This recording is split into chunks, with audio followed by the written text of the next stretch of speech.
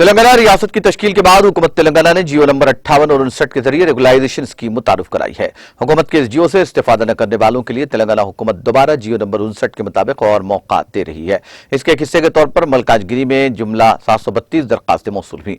Malkajgiri MRO Venkateswarlu ने बताया कि इन तमाम लोगों को नोटिस दिए गए हैं जो अहल है। मलकाजगिरी एमआरओ ने कहा कि फीस की तफसीलात नोटिस में अहल अफराद को बता दी गई है और अंदरून मार्च फीस की मुकम्मल अदायगी कर दी जानी चाहिए।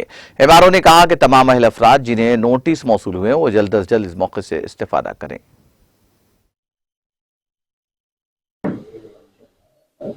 మల్కాజ్గిరి పట్టణ ప్రజలందరికీ ఒక ముఖ్య గమనిక.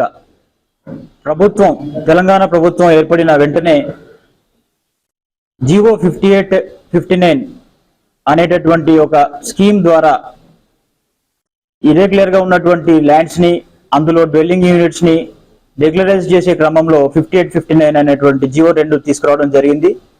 ఈ 5859 లో భాగంగా గతంలోనే మీకు అందరికీ తెలిసినటువంటి అంశమే, చాలా మంది అప్లికేషన్స్ ఇప్పటికే పెట్టుకొని ఉన్నారు. 58 లో ఆల్మోస్ట్ అన్ని కూడా అప్లికేషన్స్ అన్ని సాల్వ్ అయి ఉన్నాయి.